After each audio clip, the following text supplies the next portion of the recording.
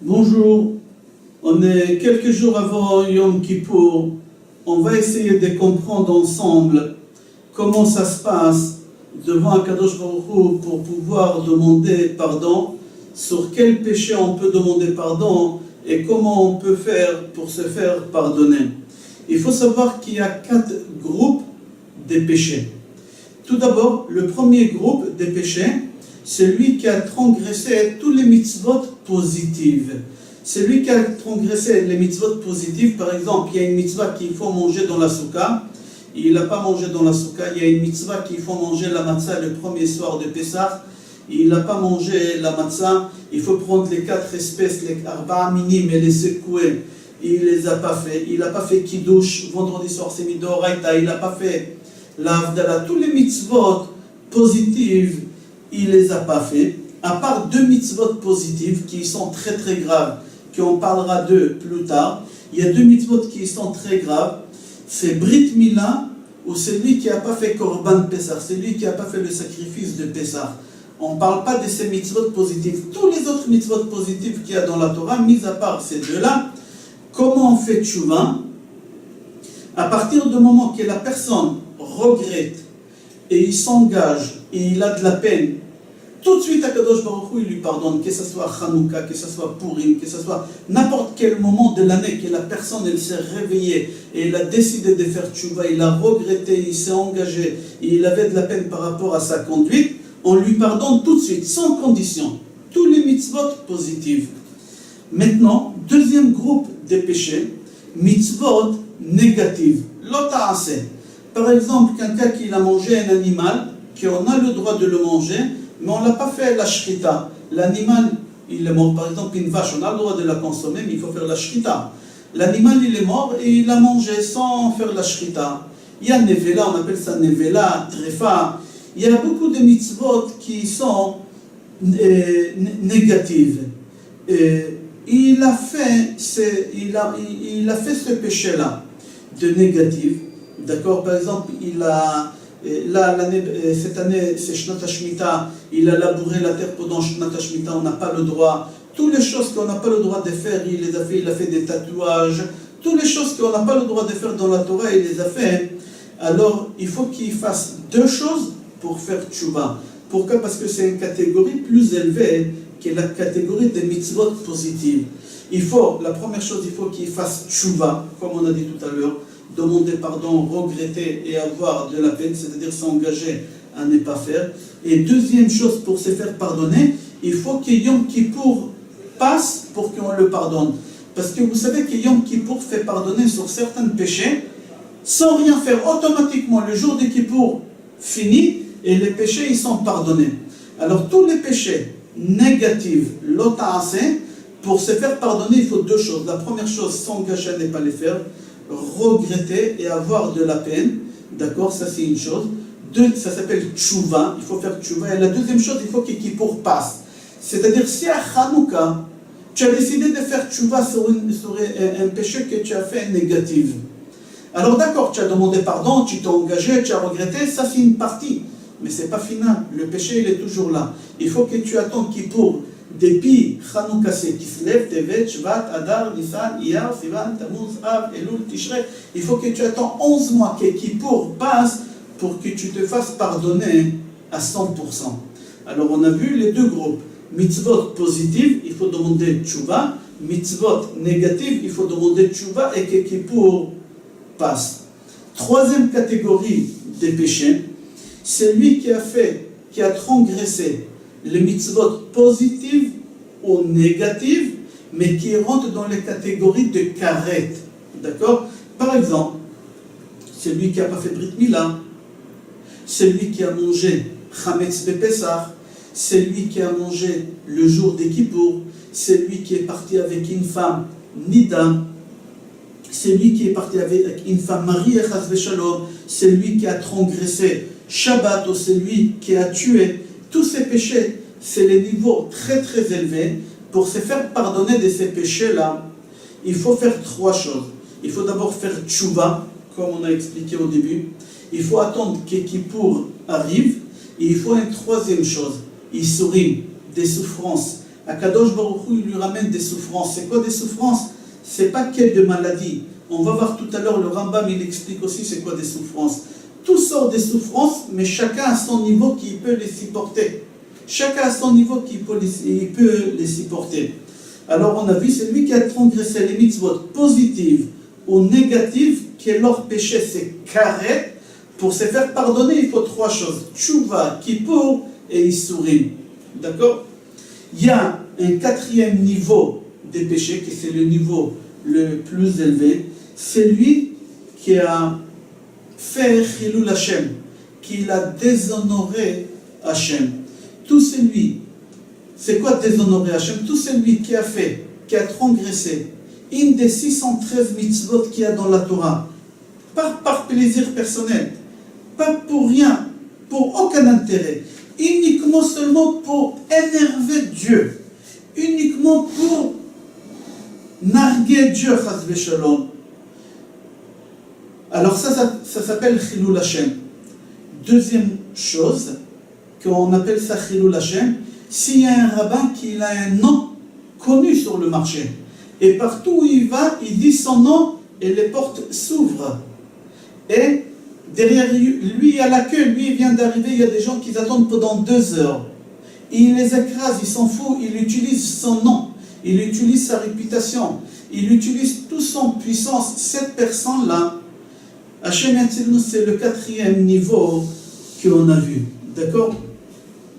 Pour faire tchouva, dans Chilul Hashem, il faut qu'il fasse tchouva, comme on a dit, il faut Kippour, il faut Yissourim, et ça finit pas, Yom Amita. Il faut qu'il arrive le jour de sa mort, quand il mourra, le jour de la mort, il va le faire pardonner. Comme on a dit que le jour de Kippour, il fait pardonner automatiquement, le jour de la mort, ça fait pardonner aussi des péchés automatiquement.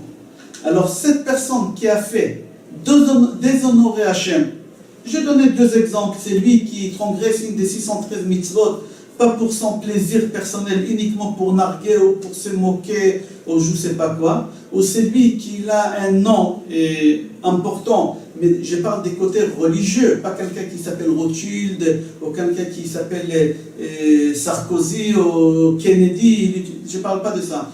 Je parle de celui qui utilise son nom religieux pour écraser les autres. On n'a pas le droit. Alors on a dit comme ça, les 4 groupes, il y a mitzvot positive, c'est il faut demander pardon, négative, pardon et kippour, négative et positive qui rentrent dans les catégories des carrés, c'est pardon, kippour et souffrance, et Chilul Hashem, le 4e niveau qu'on a expliqué, c'est le pardon, c'est kippour, c'est les souffrances, et c'est le jour de la mort. Il faut savoir, pour faire tchouva, il y a 2 sortes de tchouva. Il y a 4 catégories de péchés, mais il y a 2 sortes de tchouva. Il y a une tchouva par amour, et il y a une tchouva par crainte. Je explique. La personne, elle n'a aucun souci, aucun problème, tout va bien. À la banque, ça va bien, à la maison, ça va bien, au travail, ça va bien, partout, ça va très très bien. Il a décidé quand même de faire tchouva. Ça s'appelle par amour. J'ai aucun intérêt de faire tchouva. Tout va bien pour moi, mais je fais tchouva. Akadosh Baruch Hu, il accepte la tchouva. Et il te récompense un bonus. C'est quoi? Que tous tes péchés, il te les crédite en bonne action. Tous tes péchés, ils deviennent comme mitzvot. Ça, c'est une catégorie de tchouva par amour. Il y a une catégorie par crainte. Quelqu'un qui attend des résultats médicaux. Quelqu'un qui attend le résultat d'un juge. Ou je ne sais pas quoi, quelqu'un qui a très très peur, il décide de faire tchouva. C'est sûr et certain que sa tchouva, elle est acceptée. Elle est acceptée, mais seulement ses péchés, on les efface, mais c'est tout. Il n'y a pas de crédit, il n'y a pas un bonus dans ce cas-là. On n'a pas le droit de faire 5 choses le jour des Kippour. On n'a pas le droit ni de manger, ni de boire, ni de mettre de l'huile, des pommades, ni mettre des chaussures en cuir, ni d'avoir des rapports avec sa femme, ni de faire aucun travail comme Shabbat. La question qu'elle se pose, pourquoi on n'a pas le droit de mettre des chaussures en cuir? Pourquoi on n'a pas le droit d'utiliser les cuire le jour des Kippour. Pour la simple raison qu'on vient faire tikkun, une réparation pour la faute d'Adam Arishon. Au moment que Dieu il a créé Adam Arishon, il l'a créé en lumière, or. Or, c'est la lumière, Aleph, Vav, Resh, or. Suite au péché qu'Adam Arishon il a fait, Akadosh Baruch Hu, il a transformé sa lumière en or, avec Ain, Vav, Resh, cuir, la peau. Akadosh Baruch Hu, il nous a rendu en chair, d'accord, c'est de la peau. Alors nous, on ne met pas des cuirs pour faire tikkun à Adam Arishon. On a dit qu'il y a 5 choses qu'on n'a pas le droit de faire Kippour, et on a 5 prières le jour de Kippour. Il y a Arvit, veille de Kippour, il y a Shachrit, il y a Moussaf, il y a Mincha, et il y a Ne'ila. La prière de Ne'ila, c'est quoi? Tout d'abord, le mot Ne'ila, ça veut dire quoi? Ne'ila, ça veut dire fermeture, fermé. Pourquoi on appelle cette prière fermée? Parce qu'il faut savoir que dans le ciel, il y a beaucoup de portes. Il y a des portes qui s'ouvrent au Shabbat, il y a des portes qui s'ouvrent vendredi, il y a des portes qui sont ouvertes tout le temps. Il y a une porte qui est fermée toute l'année, 365 jours dans l'année. Dieu l'ouvre seulement pendant 10 minutes. Cette porte, on l'appelle Ne'ila, parce qu'elle est fermée, on l'appelle la porte fermée.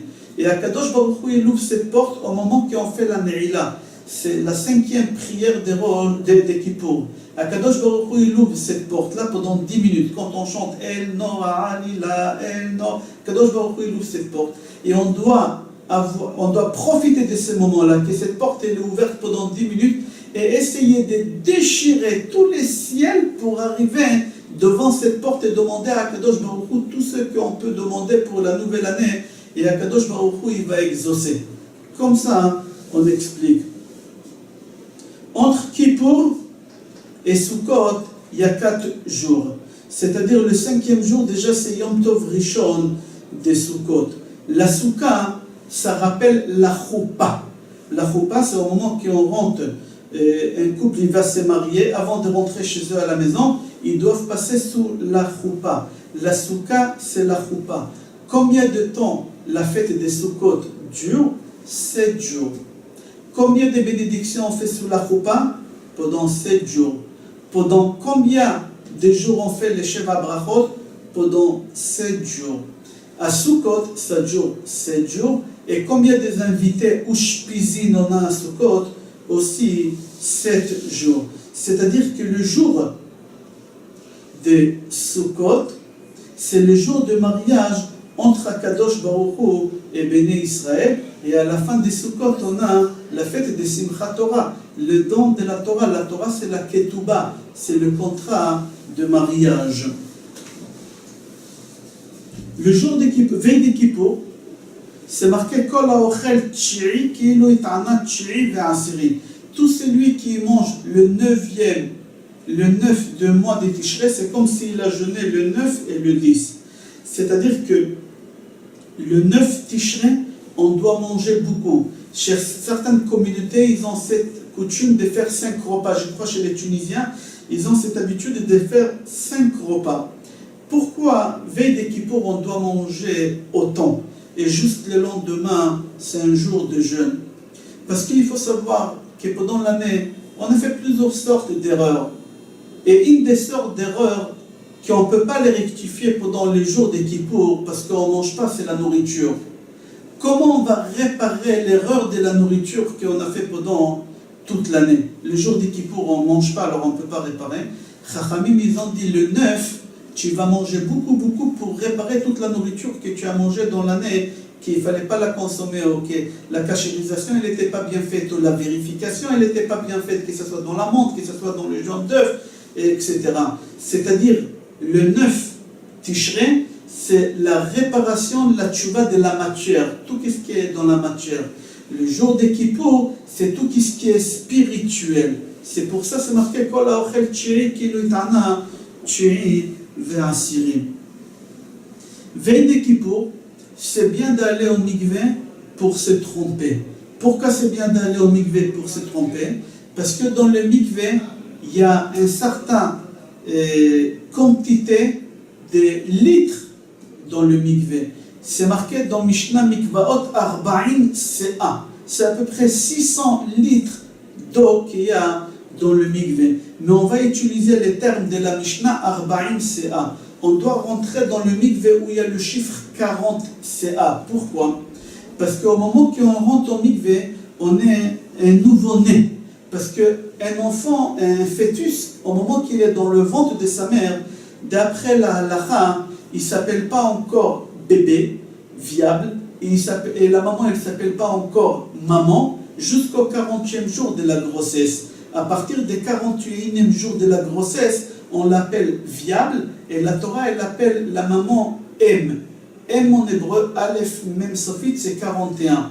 Quand est-ce que tu t'appelles M, maman, qui est à partir de 41 jours? Moi qui ai 41 jours, dans les 40 jours, tu ne t'appelles pas maman. Nous, on rentre dans le mikvé où il y a 40 CA, où il y a la valeur numérique des 40, pour sortir un nouveau-né, pour sortir un nouveau fœtus, c'est-à-dire on a fait tchouva, tout le mal qu'on a fait. Pour cela aussi, quelqu'un qui s'est converti au judaïsme, on est obligé de le faire passer au mikvé, parce que c'est une renaissance pour lui. C'est une nouvelle neshama, il reçoit une nouvelle neshama qu'il n'avait pas jusqu'à maintenant. Le jour de Kippour, le jour le plus solennel de l'année, on commence la prière avec l'annulation des vœux. Pourquoi? Quel rapport il y a l'annulation des vœux avec le jour de Kippour? Il faut savoir pourquoi on commence avec l'annulation des vœux, parce qu'au moment qu'on fait Kol Nidre, on fait sortir tous les Sefer Torah qu'il y a dans les Echal, ça dépend chacun avec sa communauté. Il y a des communautés, je sais chez les Djerbiens, ils font sortir tous les Sefer Torah. Il y a certaines communautés qui font sortir que 7, comme c'est marqué chez Arizal. Il y en a qui font sortir que 3 chez les Ashkenazim. Et pourquoi on fait Kol Nidre, on fait sortir les Sefer Torah? Parce que c'est un moment de faire tchouva sur un péché qu'on ne veut pas le mettre en public pour qu'on n'aura pas honte. Dans l'année, on a fait des choses qu'il ne fallait pas faire. On a enlacé des gens qu'on n'a pas le droit d'enlacer. On a embrassé des gens qu'on n'avait pas le droit d'embrasser. Alors on fait sortir les Sefer Torah et on l'enlace pendant Kol Nidre. Là, on est en train de réparer qu'est-ce qu'on a fait. On a enlacé des gens qu'il ne fallait pas enlacer pendant l'année. Et au moment qu'on enlace, on embrasse les Sefer Torah, on répare tout ce qu'on n'a pas, on n'avait pas le droit d'embrasser et on a embrassé. Et c'est pour ça qu'on commence Kippour avec ça, soi-disant l'annulation de vœux, mais en réalité c'est pour faire ce tikkun. C'est une des raisons. Parce qu'ici, si vous faites attention, vous voyez, au moment qu'on fait l'annulation de vœux, on fait sortir le Sefer Torah. Pourquoi Sefer Torah? Veille de Rosh Hashanah, on a fait l'annulation de vœux. Veille de Kippour, on a fait déjà l'annulation de vœux le matin. Et encore maintenant, tu me fais l'annulation de vœux. Mais l'annulation de vœux que j'ai fait avant, c'était sans Sefer Torah. Pourquoi maintenant on fait avec le Sefer Torah? On ne va pas rentrer maintenant dans le détail, c'est une très belle Gemara qui dit qu'Akadosh Baruch Hu, il a fait un vœu. Et nous, chaque Kippour, on essaie de l'annuler le vœu que lui, il a fait, mais on n'arrive pas. Akadosh Baruch Hu, il a dit, tant que Yerushalayim de bas, elle n'est pas construite, je ne peux pas rentrer dans Yerushalayim de haut. Ici, en Israël, on a Yerushalayim, et il faut savoir qu'en haut aussi, il y a Yerushalayim. Comme c'est marqué, Ha'ir shechubera la yachdav, les deux villes jumelées, attachées, d'accord? Et alors nous, on essaie d'annuler le vœu d'Akadosh Baruch Hu qu'il a fait pour qu'il puisse rentrer à Yerushalayim Shel Ma'ala, mais on n'arrive pas. Pourquoi on n'arrive pas? Regardez la prière d'annulation des vœux qu'on fait veille de Kippour. On dit, Arenu matirin li itpalel et avarianim. Il y a des juifs mécréants. C'est-à-dire quoi mécréants? Il y a des juifs qui ne veulent pas que le Mashiach vienne parce que tout va bien pour eux. Pourquoi tu veux que le Mashiach vienne? Tout va bien pour moi. S'il va venir, c'est que des complications pour moi. Il y a des gens qui ne sont pas pressés que le Mashiach vienne. Alors ça ne les dérange pas qu'Akadosh Baruch Hu ne rentre pas dans Yerushalayim Shel Ma'ala. Alors nous, on fait l'annulation des vœux. Et en même temps, on dit à Kadosh Baruch Hu, on espère qu'on arrivera à annuler ces vœux parce qu'il y a des avarianim parmi nous qui ne veulent pas faire de l'annulation de vœux. Dans Parashat Matot, des fois il y a Matot à Mas'e attaché. Dans Parashat Matot, c'est marqué Lo yachel devaro kol hayotze mipiv ya'ase. C'est-à-dire quoi Lo yachel? Yachel, c'est la chon choulin. C'est-à-dire au moment que tu t'engages à faire quelque chose, essaye de le respecter. Akadosh Baruch Hu n'aime pas les gens qui s'engagent à faire quelque chose et ils ne le font pas. Kol hayotze mipiv ya'ase. Si tu acceptes et tu fais tout ce que tu t'es engagé de faire, alors Kol HaYotze, tout ce qui sortira, toutes tes demandes qui sortiront de ta bouche, ils vont être exaucées. Si toi tu respectes tout ce que tu dis, moi aussi je vais exaucer toutes tes demandes. C'est pour ça qu'on partait chez Baba Sali, Zecher Tzadik Vekadosh Livracha, tout ce qu'il disait, ça a été exaucé. Pourquoi? Parce que lui-même, quand il disait quelque chose, il s'est engagé à quelque chose, il le tenait. Il ne disait pas des paroles en vain. C'est important au veille des Kippour de prendre sur nous, au moment qu'on s'engage à quelque chose, il faut le respecter et le garder toute l'année. Là, on prend sur nous beaucoup de choses, beaucoup d'engagements, parce qu'on a tellement peur du jour de Kippour, et après Kippour, on oublie, ça part, on dirait de la vapeur, de la fumée, qu'elle n'était plus là. Non. Si tu veux qu'Akadosh Baruch Hu, il exauce toutes tes demandes, alors toi-même, il faut que tu respectes tout ce que tu as promis. Il faut savoir que le mot Maboul, c'est Rachet Tevot Mavet Vechaim Beyad Lashon. Maboul Mavet Vechaim Beyad Lashon. La vie et la mort, elle est dans ta langue. Avec ta langue, tu peux, Chas Veshalom, ramener. Et aussi, tu peux ramener à la vie. Il faut peser toujours ces mots. Un jour, il y a quelqu'un qui m'a dit, j'ai très très peur de la mort. Je lui dis, si tu auras peur de la vie, tu n'auras pas peur de la mort. Il y a des gens qui vivent sans avoir peur, alors ils font ce qu'ils ont dans leur tête, qu'est-ce qui se passe dans leur tête, ils le font. Mais à partir du moment que tu as peur de la vie, alors tu ne fais pas ce qui passe dans la tête, alors tu n'auras pas peur de mourir. On va revenir à ce qu'on a parlé. On a dit qu'au moment que tu t'engages à quelque chose, il faut le respecter, il faut le faire. On n'a pas le droit de s'engager à faire quelque chose et ne pas le faire. Et si on s'engage à faire quelque chose et on ne le fait pas, Kadosh Baruch Hu, il n'est pas content. On voit ça chez qui? Chez Yaakov Avinu.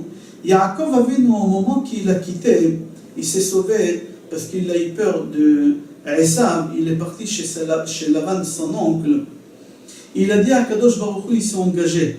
Kol asher titen li ha'aser ha'aserenu lach. Tout ce que tu vas me donner, je te donnerai le ma'aser. Yaakov, il est parti pauvre. Et là, il revient de chez son oncle, riche. Il n'a rien donné. Tu t'es engagé à donner le ma'aser. Tu n'as rien donné. Akadosh Baruch Hu, il l'a puni. Comment Akadosh Baruch Hu, il l'a puni? Mais très sévèrement, Akadosh Baruch Hu, il l'a puni. La femme préférée de Yaakov, c'était Rachel. Nulle part dans la Torah, vous allez voir, c'est marqué ma femme par rapport à Léa. Uniquement par rapport à Rachel. Parce que lui, toujours, il considérait sa vraie femme, c'est Rachel. Toujours sa vraie femme, c'était Rachel.